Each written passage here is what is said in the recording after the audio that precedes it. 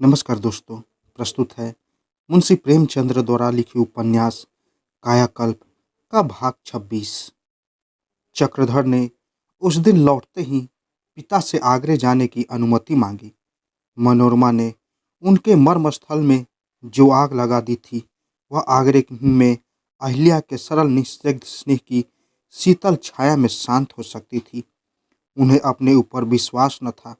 वह जिंदगी भर मनोरमा को देखा करते और मन में कोई बात न आती, लेकिन मनोरमा ने पुरानी स्मृतियों को जगाकर उनके अंतःस्थल में तृष्णा, उत्कंठा और लालसा को जागृत कर दिया था। इसलिए अब वह मन को ऐसी दृढ़ रस्सी से बांधना चाहते थे कि वह दिल में भी न सके। वह अहिल्या की शरण लेना चाहते थे। मुंशी जी ने जरा त्योरी चढ़ाकर कहा, तुम्हारे सिर अब तक वह नशा सवार है। यो तुम्हारी इच्छा सैर करने की हो तो रुपए पैसे की कमी नहीं, लेकिन तुम्हें वादा करना पड़ेगा कि तुम मुंशी यशोदानंद से न मिलोगे। चक्रधर, मैं उनसे मिलने जा रहा हूँ। व्रजधर, मैं कह देता हूँ, अगर तुमने वहाँ शादी की बातचीत की तो बुरा होगा, तुम्हारे लिए भी और मेरे लिए भी। चक्रधर और कुछ न बोल सके। आते ही आते माता पिता को कैसे अप्रसन्न कर देते। लेकिन जब होली के तीसरे दिन उन्हें अंगारे में उपद्रव, बाबू यशोदानंद की हत्या और अहिल्या के अपहरण का शोक समाचार मिला तो उन्होंने व्यग्रता में आकर पिता को वह पत्र सुना दिया और बोले, मेरा वहाँ जाना बहुत जरूरी है। ब्रजधर ने निर्मला की ओर ताकते हुए कहा, क्या अभी जेल से ही नहीं जरा भरा तो फिर चलने की तैयारी करने लगे। वहाँ गए और पकड़े गए, इतना समझ लो। वहाँ इस वक्त अनीति का राज्य है। अपराध कोई न देखेगा, हथकड़ी पड़ जाएगी और फिर जाकर करोगे ही क्या। जो कुछ होना था हो चुका, अब जाना व्यर्थ है। चक्रधर, कम से कम अहिल्या का पता तो लगाना ही होगा। व्रजधर, यह भी व्यर्थ है। पहले तो उसका पता लगाना ही मुश्किल है, और लग भी गया तो तुम्हारा अब उससे क्या संबंध। जब वह मुसलमानों के हाथ लग चुकी तो कौन हिंदू उससे पूछेगा। चक्रधर, इसलिए तो मेरा जाना और भी जरूरी है। निर्मला, लड़की को मर्यादा की कुछ लाज होगी तो वह अब तक जीती ही न होगी। अगर जीती है तो समझ लो कि भ्रष्ट हो गई। चक्रधर, अम्मा, कभी कभी आप ऐसी बातें कह देती है जिस पर हंसी आती है। प्राण भय से बड़े बड़े सूरवीर भूमि पर मस्तक रगड़ते हैं, एक अबला की हंसते ही क्या। भ्रष्ट वह होती है जो दुर्वासना से कोई कर्म करे। जो काम हम प्राण भय से करे वह हमें भ्रष्ट नहीं कर सकता। व्रजधर, मैं तुम्हारा मतलब समझ रहा हूँ, लेकिन तुम उसे चाहे सती समझो, हम उसे घर ही भ्रष्ट ही समझेंगे। ऐसी बहू के लिए हमारे घर में स्थान नहीं है। चक्रधर ने निश्चयात्मक भाव से कहा, वह आपके घर में न आएगी। व्रजधर ने भी उतने ही निर्दय शब्द में उत्तर दिया, अगर तुम्हारा ख्याल हो कि पुत्र स्नेह के वश में होकर मैं उसे अंगीकार कर लूँगा तो तुम्हारी भूल है। अहिल्या मेरी कुलदेवी नहीं हो सकती, चाहे इसके लिए मुझे पुत्र वियोग ही सहना पड़े। मैं भी जिद्दी हूँ। चक्रधर पीछे घूमे ही थे कि निर्मला ने उनका हाथ पकड़ लिया और स्नेहपूर्वक तिरस्कार करती हुई बोली, बच्चा, तुमसे ऐसी आशा न थी। अब भी हमारा कहना मानो, हमारे कुल के मुख पर कालिख न लगाओ। चक्रधर ने हाथ छुड़ाकर कहा, मैंने आपकी आज्ञा कभी भंग नहीं की, लेकिन इस विषय में मजबूर हूँ। व्रजधर ने श्लेष के भाव से कहा, साफ साफ क्यों नहीं कह देते कि हम आप लोगों से अलग रहना चाहते हैं। चक्रधर, अगर आप लोगों की यही इच्छा है तो मैं क्या करूं। व्रजधर, यह तुम्हारा अंतिम निश्चय है। चक्रधर, जी हाँ, अंतिम। यह कहते हुए चक्रधर बाहर निकल गए और कुछ कपड़े साथ लेकर स्टेशन की ओर चल दिए। थोड़ी देर के बाद निर्मला ने कहा, लल्लू किसी भ्रष्ट स्त्री को खुद ही न लाएगा, तुमने व्यर्थ उसे चिढ़ा दिया। व्रजधर ने कठोर स्वर में कहा, अहिल्या के भ्रष्ट होने में अभी कुछ कसर है। निर्मला, यह तो मैं नहीं जानती, पर इतना जानती हूँ कि लल्लू को अपने धर्म अधर्म का ज्ञान है। वह कोई ऐसी बात न करेगा जिसमें निंदा हो। व्रजधर, तुम्हारी बात समझ रहा हूँ। बेटा का प्यार खींच रहा हो तो जाकर उसी के साथ रहो। मैं तुम्हें रोकना नहीं चाहता। मैं अकेले भी रह सकता हूँ। निर्मला, तुम तो जैसे म्यान से तलवार निकले बैठे हो। वह विनम्र होकर कहीं चला गया तो? ब्रजधर, तो मेरा क्या बिगड़ेगा? मेरा लड़का मर जाए तो भी गम न हो। निर्मला, अच्छा, बस मुंह बंद करो। बड़े धर्मात्मा बनकर आए हो, रिश्वतें ले लेकर हड़पते हो तो धर्म नहीं आता। शराबें उड़ाते हो तो मुंह में कालिक नहीं लगती। झूठ के पहाड़ खड़े करते हो तो पाप नहीं लगता। लड़का एक अनाथनी की रक्षा करने जाता है तो नाक कटती है। तुमने कौन सा कुकर्म नहीं किया, अब देवता बनने वाले हो? निर्मला के मुख से मुंशी जे ने ऐसे कठोर शब्द कभी न सुने थे। वह तो शील, स्नेह और पति भक्ति की मूर्ति थी। आज कोप और तिरस्कार का रूप धारण किए हुए थी। उसकी शासक वृत्तियाँ उत्तेजित हो गई। डांट कर बोलो, सुनो जी, मैंने ऐसी बातें सुनने का आदी नहीं हूँ। बातें तो नहीं सनी, मैंने अपने अफसरों की, जो मेरे भाग के विधाता थे। तुम किस खेत की मूली हो? जवान तालू से खींच लूंगा, समझ गई? समझती हो ना कि बेटा जवान हुआ, अब इस बूढ़े की क्यों परवाह करने लगी? तो जाकर इसी भ्रष्ट के साथ रहो। इस घर में तुम्हारी जरूरत नहीं है। यह कहकर मुंशी जी बाहर चले गए और सितार का एक गत छेड़ दी। चक्रधर आगरे पहुंचे थे सवेरा हो गया था। प्रभात के रक्त रंजित मर्मस्थल में सूर्य यो मुंह छिपाए बैठे थे, जैसे शोक मंदिर नेत्रों में अश्रु बिंदु। चक्रधर का हृदय भांति भांति की दुर्भावनाओं से पीड़ित हो रहा था। एक क्षण तक वह खड़े सोचते रहे, कहाँ जाऊँ? बाबू यशोदानंद के घर जाना व्यर्थ था। अंत को उन्होंने ख्वाजा महमूद के घर चलना निश्चय किया। ख्वाजा साहब पर अब भी उनकी असीम श्रद्धा थी। तांगे पर बैठकर चले तो शहर में सैनिक चक्कर लगाते दिखाई दिए। दुकानें सब बंद थीं। ख्वाजा साहब के द्वार पर पहुंचे तो देखा कि हजारों आदमी एक लाश को घेरे खड़े हैं और उसे कब्रिस्तान ले जाने की तैयारियां हो रही है। चक्रधर तुरंत तांगे से उतरे और लाश के पास जाकर खड़े हो गए। कहीं ख्वाजा साहब तो नहीं कत्ल कर दिए गए? वह किसी से पूछने ही जा रहे थे कि सहसा ख्वाजा साहब ने आकर उसका हाथ पकड़ लिया और आंखों में आंसू भरकर बोले, खूब आए बेटा, तुम्हें आंखें ढूंढ रही थी। अभी अभी तुम्हारा ही जिक्र था। खुदारी तुम्हारी उम्र दराज करे। मातम के बाद खुशी का दौर आएगा। जानते हो यह किसकी लाश है? यह मेरी आंखों का नूर, मेरे दिल का सरूर, मेरा लख्त जिगर, मेरा इकलौता बेटा है, जिस पर जिंदगी की सारी उम्मीदें कायम थी। अब तुम्हें उसकी सूरत याद आ गई होगी। कितना सुरूख जवान था, कितना दिलेर। लेकिन खुदा जानता है, उसकी मौत पर मेरी आंखों से एक बूंद आंसू भी न निकला। तुम्हें हैरत हो रही होगी, मगर मैं बिल्कुल सच कह रहा हूँ। 1 घंटा पहले तक मैं उस पर निसार होता था, अब उसके नाम से नफरत हो रही है। उसने वह फैल किया जो इंसानियत के दर्जे से गिरा हुआ था। तुम्हें अहल्या के बारे में तो खबर मिली होगी? चक्रधर, जी हाँ, शायद बदमाश लोग पकड़ ले गए। ख्वाजा, यह वही बदमाश है जिसकी लाश तुम्हारे सामने पड़ी है। वह इसी की हरकत थी। मैं तो सारे शहर में अहिल्या को तलाश करता फिरता था और वह मेरे ही घर में कैद थी। यह जालिम उस पर जब्र करना चाहता था।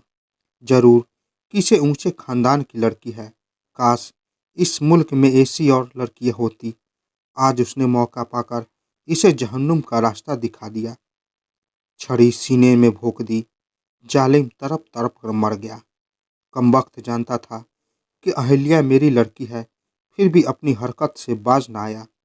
ऐसे लड़की की मौत पर कौन बाप रोएगा? तुम बड़े खुशनसीब हो जो ऐसी पारस बीबी पाओगे। चक्रधर, मुझे यह सुनकर बहुत अफसोस हुआ। मुझे आपके साथ कामिल हमदर्दी है। आपका सा इंसाफ वफादार हक परस्त आदमी इस वक्त दुनिया में न होगा। अहिल्या आप कहाँ हैं? ख्वाजा, इसी घर में। सुबह से कई बार कह चुका हूँ कि चल तुझे मेरे घर पहुँचाऊँ, जाती नहीं, बस बैठी रो रही है। चक्रधर का हृदय भय से कांप उठा। अहिल्या पर अवश्य ही हत्या का अभियोग चलाया जाएगा और न जाने क्या फैसला हो। चिंतित स्वर में पूछा, अहिल्या पर तो अदालत में? ख्वाजा, हरगिज नहीं। उसने हर एक लड़की के लिए नमूना पेश कर दिया है। खुदा और रसूल दोनों उसे दुआ दे रहे हैं। फरिश्ते उसके कदमों का बोसा ले रहे हैं। उसने खून नहीं किया, कत्ल नहीं किया, अपनी असमत की हिफाजत की, जो उसका फर्ज था। यह खुदाई कहर था जो छुरी बनकर उसके सीने में चुभा। मुझे जरा भी मलाल नहीं। खुदा की मर्जी में इंसान का क्या दखल। लाश उठाई गई। शोक समाज पीछे पीछे चला। चक्रधर भी ख्वाजा साहब के साथ कब्रिस्तान तक गए। रास्ते में किसी ने बातचीत न की। जिस वक्त तक लाश कब्र में उतारी गई, ख्वाजा साहब रो पड़े। हाथों से मिट्टी दे रहे थे और आंखों से आंसू की बूंदें मरने वाले की लाश पर गिर रही थी। यह क्षमा के आंसू थे। पिता ने पुत्र को क्षमा कर दिया था। चक्रधर भी आंसुओं को न रोक सके। आह, इस देवता स्वरूप मनुष्य पर इतनी घोर विपत्ति। दोपहर होते होते लोग घर लौटे। ख्वाजा साहब जरा दम लेकर बोले, आओ बेटा, तुम्हें अहिल्या के पास ले चलूं। उसे जरा तस्कीन दो। मैंने जिस दिन से उसे भाभी को सौंपा, यह आदत किया था कि उसकी शादी मैं करूंगा। मुझे मौका दो कि अपना आहद पूरा करूं। यह कहकर ख्वाजा साहब ने चक्रधर का हाथ पकड़ लिया और अंदर चले। चक्रधर का हृदय बांसों उछल रहा था। अहिल्या के दर्शनों के लिए वह इतने उत्सुक कभी न थे। उनके ऐसा अनुमान हो रहा था कि अब उनके सम्मुख पर माधुर्य की जगह तेजस्विता का आभास होगा। कोमल नेत्र कठोर हो गए होंगे, मगर जब उस पर निगाह पड़ी तो देखा वही सरल मधुर छवि थी। वही करुण कोमल नेत्र, वही शीतल मधुर वाणी। वह एक खिड़की के सामने खड़ी बागीचे की ओर ताक रही थी। सहसा चक्रधर को देखकर वह चौंक पड़ी और घूंघट में मुंह छिपा लिया। फिर एक ही क्षण के बाद वह उनके पैरों को पकड़कर अश्रुधाराओं से धोने लगी। उन चरणों पर सिर रखे हुए उसे स्वर्गीय संतावना, एक दैवी शक्ति एवं धैर्यमय छवि का अनुभव हो रहा था। चक्रधर ने कहा, अहिल्या, तुमने जिस वीरता से आत्मरक्षा की, उसके लिए तुम्हें बधाई देता हूँ। तुमने वीर छतरानियों की कीर्ति को उज्जवल कर दिया है। दुख है तो इतना कि ख्वाजा साहब का सर्वनाश हो गया। अहिल्या ने उत्तर न दिया। चक्रधर के चरणों पर सिर झुकाए बैठी रही। चक्रधर फिर बोले, मुझे लज्जित न करो अहिल्या। मुझे तुम्हारे चरणों पर सिर झुकाना चाहिए। तुम बिल्कुल उल्टी बात कर रही हो। कहाँ है वह छुरी? जरा उसके दर्शन तो कर लूं। अहिल्या ने उठकर कांपते हुए हाथों से फर्श का कोना उठाया और नीचे से छुरी निकालकर चक्रधर के सामने रख दी। उस पर रुधिर जमकर काला हो गया था। चक्रधर ने पूछा, यह छुरी कहाँ, कैसे मिल गई? अहिल्या, क्या साथ लेती गई थी? अहिल्या ने सिर झुकाकर कुछ जवाब दिया, उसी की है। चक्रधर, तुम्हें कैसे मिल गई? अहिल्या ने सिर झुका ही जवाब दिया, यह न पूछिए। अबला के पास कौशल के सिवाय आत्मरक्षा का कौन सा साधन है? चक्रधर, यही तो सुनना चाहता हूँ अहिल्या। अहिल्या ने सिर उठाकर चक्रधर की ओर मानपूर्ण नेत्रों से देखा और बोली, सुनकर क्या कीजिएगा चक्रधर? कुछ नहीं, यूं ही पूछ रहा था। अहिल्या, नहीं, आप यूं ही नहीं पूछ रहे हैं। आपका इसमें कोई प्रयोजन अवश्य है। अगर भ्रम है तो मेरी अग्नि परीक्षा ले लीजिए। चक्रधर ने देखा बात बिगड़ रही है। इस एक असामयिक प्रश्न ने उसके हृदय के टूट हुए तार को चोट पहुंचा दी। वह समझ रही है कि मैं इस पर संदेह कर रहा हूँ। संभावना की कल्पना ने उसे सशंक बना दिया। बोले, तुम्हारी अग्नि परीक्षा तो हो चुकी है अहिल्या, और तुम उसमें खरी निकली। अब भी अगर किसी के मन में संदेह हो तो यही कहना चाहिए कि वह अपनी बुद्धि खो बैठा है। तुम नवकुसुमित पुष्प की भांति स्वच्छ, निर्मल और पवित्र हो। तुम पहाड़ की चोटी पर जमी हुई हिम की भांति उज्जवल हो। मेरे मन में संदेह का लेश भी होता तो मुझे यह खरा न देखती। वह प्रेम और अखंड विश्वास जो अब तक मेरे मन में था, कल प्रत्यक्ष हो जाएगा। अहिल्या, मैं कब तक तुम्हें अपने हृदय में बिठा चुका। वहां तुम सुरक्षित बैठी हो। संदेह और कलंक का घातक हाथ उसी वक्त पहुंचेगा जब यह स्थिर दुर्विसंध हो जाएगा। चलो चले, माता जी घबरा रही होगी। यह कहकर उन्होंने अहिल्या का हाथ पकड़ लिया और चाहा कर हृदय से लगा ले, लेकिन वह हाथ छुड़ाकर हट गई और कांपते हुए स्वर में बोली, नहीं नहीं, मेरे अंग को मत स्पर्श कीजिए। सूंघा हुआ फूल देवताओं पर नहीं चढ़ाया जाता। मेरी आत्मा निष्कलंक है, लेकिन मैं अब तक वहां न जाऊंगी, कहीं न जाऊंगी। आपकी सेवा करना मेरे भाग्य में न था। मैं जन्म से अभागिनी हूँ। आप जाकर अम्मा को समझा दीजिए, मेरे लिए अब दुख न करें। मैं निर्दोष हूँ, लेकिन इस योग्य नहीं कि आपकी प्रेम पात्री बन सकूं। चक्रधर से अब न रहा गया। उन्होंने फिर अहिल्या का हाथ पकड़ लिया और जबरदस्ती छाती से लगाकर बोले, अहिल्या, जिस देह में पवित्र और निष्कलंक आत्मा रहती है, वह देह भी पवित्र और निष्कलंक रहती है। मेरी आंखों में तुम आज उससे कहीं निर्मल और पवित्र हो जितनी पहले थी। तुम्हारी अग्नि परीक्षा हो चुकी है, अब विलंब न करो। ईश्वर ने चाहा तो कल हम उस प्रेम सूत्र में बंध जाएंगे जिसे काल भी न तोड़ सकता, जो अमर और अभेद है। अहिल्या कई मिनट तक चक्रधर के कंधों पर सिर रखे रोती रही, फिर बोली, एक बात पूछना चाहती हूँ, बताओगे? सच्चे दिल से कहना। चक्रधर, क्या पूछती हो, पूछो। अहिल्या, तुम केवल दया भाव से और मेरा उद्धार करने के लिए यह कालीमा सिर चढ़ा रहे हो या प्रेम भाव से?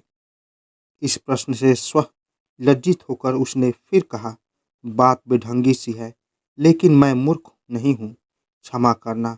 यह शंका मुझे बार बार होती है, पहले भी हुई थी और आज भी बढ़ गई है। चक्रधर का दिल बैठ गया। अहिल्या की सरलता पर उन्हें दया आ गई। यह अपने को ऐसी अभागिनी और दीन समझ रही है कि इसे विश्वास ही नहीं आता। मैं इससे शुद्ध प्रेम कर रहा हूँ। तुम्हें क्या जान पड़ता है अहिल्या? अहिल्या, मैं जानती तो नहीं, आपसे क्यों पूछती? चक्रधर, अहिल्या, तुम इन बातों से मुझे धोखा नहीं दे सकती।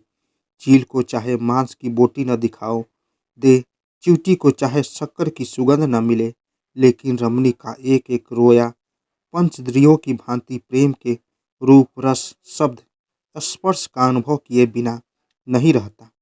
मैं एक गरीब आदमी हूँ। दया और धर्म और उद्धार के भाव का मुझ पर लेश भी नहीं। केवल इतना ही कह सकता हूँ कि तुम्हें पाकर मेरा जीवन सफल हो जाएगा। अहिल्या ने मुस्कुराकर कहा, तो आपके कथन के अनुसार मैं आपके हृदय का हाल जानती हूँ। चक्रधर, अवश्य, उससे ज्यादा जितना मैं स्वयं जानता हूँ। अहिल्या, तो साफ कह दूं? चक्रधर ने कातर भाव से कहा, कहो, सुनूं? अहिल्या, तुम्हारे मन में प्रेम से अधिक दया का भाव है। चक्रधर, अहिल्या, तुम मुझ पर अन्याय कर रही हो। अहिल्या, जिस वस्तु को लेने की सामर्थ्य ही मुझ में नहीं है, उस पर हाथ न बढ़ाऊंगी। मेरे लिए बहुत बहुत है जो आप दे रहे हैं। मैं इसे भी अपना धन्य भाग समझती हूँ। चक्रधर, मगर यही प्रश्न मैं तुमसे करता तो तुम क्या जवाब देती अहिल्या? अहिल्या तो साफ साफ कह देती कि मैं प्रेम से अधिक आपका आदर करती हूँ, आप में श्रद्धा रखती हूँ। चक्रधर का मुख मालिन हो गया। सारा प्रेमोत्साह जो उसके हृदय में लहरें मार रहा था, एकाएक लुप्त हो गया। वन वृक्षों सा लहराता हुआ हृदय मरुभूमि सा दिखाई दिया। निराश भाव से बोले, मैं तो और ही सोच रहा था अहिल्या। अहिल्या, तो आप भूल रहे थे। मैंने किसी पुस्तक में देखा था कि प्रेम हृदय के समस्त सद्भावों का शांत, स्थिर, उद्वारहीन समावेश है। उसमें दया और क्षमा, श्रद्धा और वात्सल्य, सहानुभूति और सम्मान, अनुराग और विराग, अनुग्रह और उपकार सभी मिले होते हैं। संभव है आज के 10 वर्ष बाद मैं आपकी प्रेम पात्री बन जाऊं, किंतु इतनी जल्दी संभव नहीं। इसमें से कोई एक भाव प्रेम को अंकुरित कर सकता है। उसका विकास अन्य भावों के मिलने से ही होता है। आपके हृदय में अभी केवल दया का भाव अंकुरित है। मेरे हृदय में सम्मान और भक्ति का है।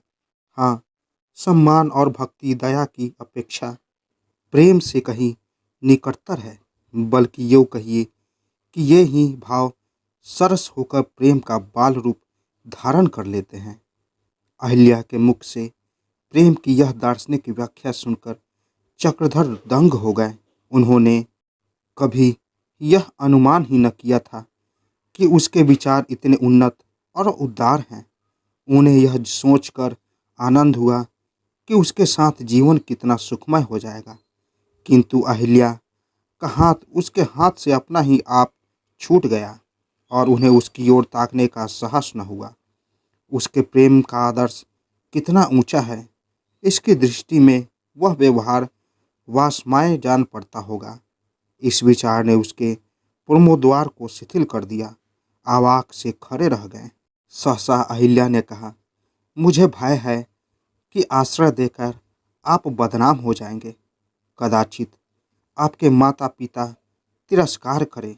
मेरे लिए सबसे बड़ी सौभाग्य की बात नहीं हो सकती कि आपकी दासी बनूं, लेकिन आपके तिरस्कार और अपमान का ख्याल करके जी में यही आता है कि क्यों न इस जीवन का अंत कर दूं। केवल आपके दर्शन की अभिलाषा ने मुझे अब तक जीवित रखा है। मैं आपको अपनी कालिमा से कलुषित करने के मन में पहले मर ही जाना अच्छा समझती हूँ। चक्रधर की आंखें करुणार्ध हो गई। बोले, अहिल्या, ऐसी बातें मत करो। अगर संसार में अब भी कोई ऐसा क्षुद्र प्राणी है जो तुम्हारी उज्जवल कीर्ति के सामने सिर न झुकाए, तो वह स्वयं नीच है। वह मेरा अपमान नहीं कर सकता। अपनी आत्मा की अनुमति के सामने मैं माता पिता की विरोध की परवाह नहीं करता। अगर तुम इन बातों को भूल जाओ, हम और तुम प्रेम का आनंद भोग करते हुए संसार के सब कष्टों और संकटों का सामना कर सकते हैं। ऐसी कोई विपत्ति नहीं है जिसे प्रेम न टाल सके। मैं तुमसे विनती करता हूँ अहिल्या कि ये बातें फिर जबान पर न लाना। अहिल्या ने आपकी स्नेह सजल नेत्रों से चक्रधर को देखा। शंका की वह दाह जो उसके मर्मस्थल को जलाए डालती थी, इन शीतल आई शब्दों से शांत हो गई। शंका की ज्वाला शांत होती ही उसकी यह चंचल दृष्टि स्थिर हो गई और चक्रधर की सौम्य मूर्ति प्रेम की आभा से प्रकाशमान आंखों के सामने खड़ी दिखाई दी। उसने अपना सिर उसके कंधे पर रख दिया। उस आलिंगन में उसकी सारी दुर्भावनाएं विलीन हो गई, जैसे कोई अर्धवंतित सरिता के शांत मंद प्रवाह में विलीन हो जाती है। संध्या का समय अहिल्या बागेश्वरी के चरणों पर सिर झुकाए रो रही थी। चक्रधर खड़े नेत्रों से उस पर घर को देख रहे थे जिसकी आत्मा निकल गई थी। दीपक वही थे पर उनका प्रकाश मंद था। घर वही था पर उसकी दीवारें नीची मालूम होती थी। बागेश्वरी वही थी पर लुटी हुई, जैसे किसी ने प्राण हर लिए हो।